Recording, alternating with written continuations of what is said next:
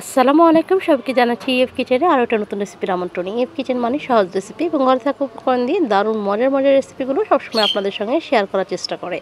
আজকেও তার ব্যতিক্রম নয়, নিয়ে চলে আসলাম আরও একটি দারুণ মজাদার রেসিপি নিয়ে।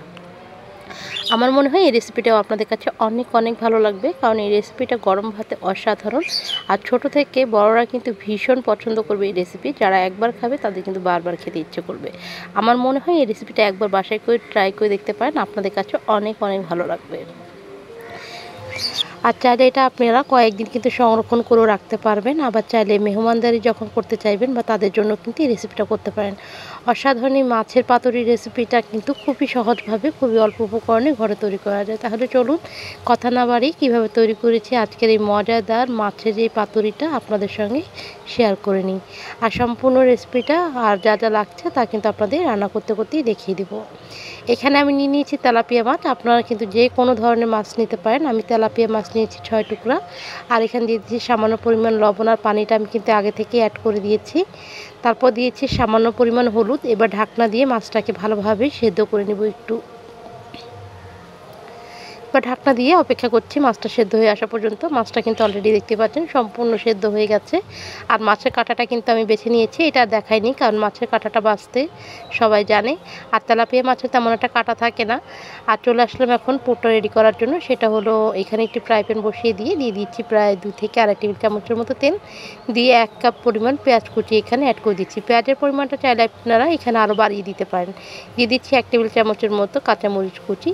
চাইলে এখানে আরও মরিচ আপনারা দিতে পারেন। আর পেঁয়াজের পরিমাণটা আপনারা আপনার পছন্দ মতো অ্যাড করতে পারেন। তারপর একটু হালকা একটু নেড়ে চেড়ে নিব। তারপর এখানে দিয়ে দিব সামান্য পরিমাণ খাবার অনুযায়ী লবণটা অ্যাড করব। যে যেরকমের স্বাদ নিতে চান লবণের, সেই অনুযায়ী লবণটা অ্যাড করে দিবেন। আমি লবণটা অ্যাড করে দিলাম। দিয়ে এবার ভালোভাবে নেড়ে চেড়ে মিক্স করে আবারও আমি কিছুক্ষণ পেঁয়াজটাকে ভেজে নিব। এখানে কিন্তু ব্রাউন কালার করার কোনো প্রয়োজন নেই। হালকা একটু স্বচ্ছ কালার হয়ে আসলেই পেঁয়াজটা কিন্তু রান্না হয়ে যাবে। আমার পেঁয়াজটা কিন্তু দেখুন হয়ে গেছে। আর এখন আমি এক এক করে বাকি মশলাগুলোকে অ্যাড করে দিব। এখন এখানে দিয়ে দিচ্ছি আমি 1 চা চামচের মতো হলুদের গুঁড়া। প্রায় দিয়ে দিব 1.5 টেবিল চামচের মতো মরিচের গুঁড়া। ঝালটা এখানে আপনারা চাইলে কিন্তু মরিচের গুঁড়ার পরিমাণটা আর বাড়িয়ে দিতে পারেন, তবে এখানে ঝাল হলেই বেশি ভালো লাগে। তাই যারা ঝাল পছন্দ করেন তারা ঝাল দিতে পারেন, আবার ঝাল যারা কম খেতে চান তারা চাইলে কিন্তু কমিয়েও দিতে পারেন। তারপর ভালোভাবে এটাকে একটু মিক্স করে নিচ্ছি। আরও কিছু মশলা এখানে অ্যাড করব, খুবই সামান্য পরিমাণ। যে মশলাগুলো আমাদের ঘরেই থাকে আসলে, সেই মশলাগুলো দিয়ে যে এত দারুণ একটি রেসিপি তৈরি করা যায় সেটা কিন্তু না খেলে বুঝতে পারবেন না। দিয়ে দিচ্ছি এখানে 1/2 চা চামচের মতো জিরা গুঁড়া। জিরা গুঁড়োটা দিয়ে একটু হালকা একটু নেড়ে মিক্স করে নিচ্ছি। তারপর এখানে দিয়ে দিব আমি 1 চা চামচের মতো আদা রসুনের পেস্ট। মাছের তখন কিন্তু অবশ্যই একটু মশলাটার পরিমাণটা কম দিলেই ভালো। আপনি কিন্তু আদা রসুনটা একসঙ্গে পেস্ট করি সবসময়, তার জন্য একসঙ্গে দিয়ে দিলাম। আপনার যদি আলাদা থাকে সেক্ষেত্রে 1/2 চা চামচ আদা এবং 1/2 চা চামচ রসুন এখানে দিয়ে দিতে পারেন। তারপর দিয়ে দিচ্ছি এখানে 1/2 চা চামচ আমি ধনিয়ার গুঁড়া। দিয়ে আবারও ভালোভাবে একটু নেড়ে মিক্স করছি। এখন সামান্য পরিমাণ পানি অ্যাড করে দিব আর মশলাটাকে একটু কষিয়ে নিব। খুব অল্প পরিমাণ পানি এখানে অ্যাড করব, বেশি পানি অ্যাড করার কোনো প্রয়োজন নেই। এবার নেড়ে মিক্স করে দিয়ে মশলাটাকে কিছুক্ষণ একটু কষিয়ে নিব। তেলটা বেরিয়ে আসা পর্যন্ত অপেক্ষা করছি। আর এই পর্যায়ে দেখতে পাচ্ছেন আমার মশলাটা কিন্তু কষানো হয়ে গেছে, তেলটাও বেরিয়ে গেছে। এখন এখানে অ্যাড করে দিব যে তেলাপিয়া মাছটা আমি সেদ্ধ করে রেখেছিলাম, সেটা কাঁটাটা বেছে আমি রেখেছি। এখন এই কাঁটা বেছে নেওয়া মাছটাই এখানে অ্যাড করে দিব। আর এই পাখি কিন্তু মশলাটাকে একটু ভালোভাবেই কষাতে হবে, যেন মশলা কোনো কাঁচা গন্ধ না থাকে, সেজন্য। এখন মাছগুলোকে এখানে দিয়ে দিচ্ছি। মাছগুলো দেওয়া হয়ে যাওয়ার পর এগুলোকে একটু নাড়াচাড়া করে ভালোভাবে মশলার সঙ্গে মাছগুলোকে মিক্স করে নিব। আমার যা যা লাগছে তা কিন্তু আমি রান্না করার সময় আপনাদেরকে দেখিয়ে দিচ্ছি, কারণ আলাদাভাবে দেখাতে গেলে ভিডিওটা অনেক বড় হয়ে যায়। আর এখন সবারই কিন্তু সময় স্বল্পতা খুবই কম, তার জন্য যত শর্টকাটে আসলে জিনিসগুলো দেখানো যায় ততই ভালো। তারপর আমি মাছটা কিছুক্ষণ ভালোভাবে একটু ভাজা করে নেওয়ার পর দিয়ে দিচ্ছি এখানে আমি চিংড়ি মাছ। এটা দেখতে পাচ্ছেন যে সাধারণত আমরা যেই তরকারি খাই যে চিংড়ি মাছটা, সেটা কিন্তু বেশি বড়ও না। আপনারা চাইলে এখানে বড়টাও অ্যাড করতে পারেন, আপনাদের পছন্দ মতো যে কোনো সাইজে চিংড়ি মাছ এখানে অ্যাড করতে পারেন। আমি চিংড়ি মাছটা এখানে প্রায় 1/2 কাপের থেকেও একটু বেশি দিয়েছি। তারপর মাছের সঙ্গে একটু মিক্স করে নিচ্ছি। এখানে চিংড়ি মাছটা সেদ্ধ হওয়ার তেমন কোনো প্রয়োজন নেই, শুধু একটু আলতোভাবে নাড়াচাড়া করে কিছুটা ধনেপাতা দিয়ে এবার আমি নামিয়ে ফেলছি। এখন বলতে পারেন চিংড়ি মাছটা তো কাঁচা রয়ে গেল, আসলে কাঁচা থাকবে না, এটা সেদ্ধ হয়ে যাবে। তারপর এখানে আমি মাছটাকে নামিয়ে নিয়েছি। নেওয়ার পর এখানে নিয়ে নিয়েছি লাউ পাতা। এই লাউ পাতাটা আমি ধুয়ে পরিষ্কার করে রেখেছি আগে থেকেই। আর এই লাউ পাতাটা এখন আসলে অ্যাভেলেবেল পাওয়া যাচ্ছে না আমাদের এদিকে, কারণ লাউ পাতা এখন বাতি হয়ে গেছে, হলুদ হয়ে যাচ্ছে। কিন্তু তারপরও গাছ থেকে কয়েকটা বেছে একটা নিয়ে আনা হয়েছে এই রেসিপিটা করার জন্য। ভাবলাম তাই আপনাদের সঙ্গে শেয়ার করি, তার জন্যই এই রেসিপিটা শেয়ার করছি। তারপর লাউ পাতা মাছ বরাবর আমি আর একটা ছোটো লাউ পাতা দিয়ে দিয়েছি। তারপর যে মাছের পুরটা রেডি করেছিলাম সেটা দিয়ে দিচ্ছি। এবার ভাজটা করে সুন্দরভাবে একটা ভাজ দিয়ে নিব, যেন আমার পুরটা বেরিয়ে না আসে, সেদিকে অবশ্যই খেয়াল রাখতে হবে।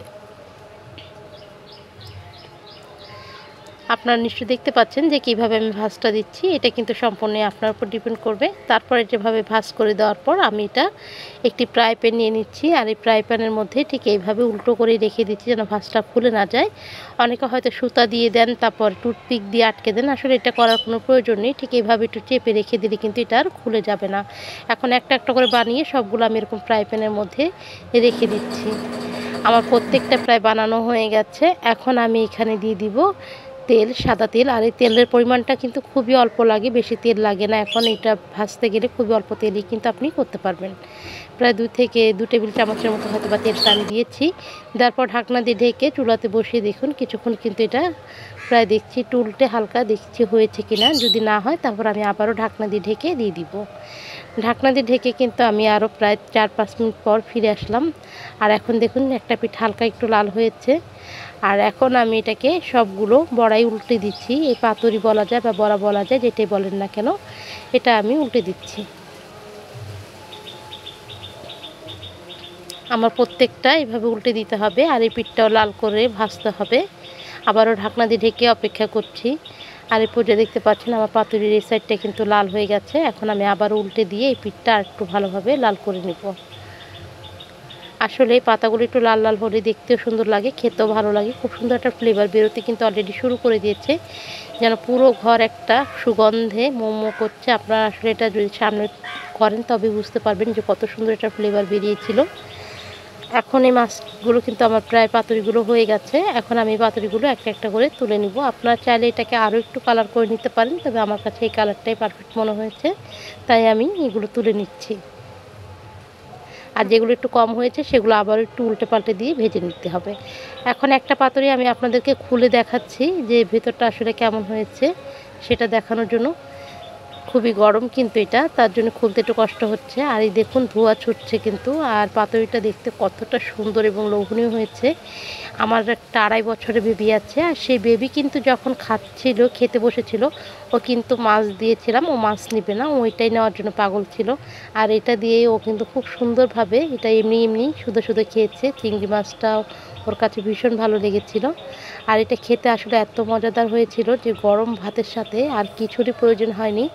আপনারা চাইলে আপনাদের প্রিয়জনকে বা প্রিয় মানুষটাকেও করে খাওয়াতে পারেন, বাচ্চাদেরকেও ঝাল কম দিয়ে এরকম তৈরি করে দিতে পারেন। আমার মনে হয় আপনাদের কাছে ভালো লাগবে। রেসিপিটা কেমন লাগলো তা কিন্তু অবশ্যই জানাতে ভুলবেন না। এরকম সহজ রেসিপি পেতে চ্যানেলটাকে সাবস্ক্রাইব করতে অবশ্যই ভুলবেন না। দেখা হবে হয়তো আর কোনো নতুন রেসিপি নিয়ে। পর্যন্ত ভালো থাকবেন, সুস্থ থাকবেন। আল্লাহ হাফেজ, আসসালামু আলাইকুম।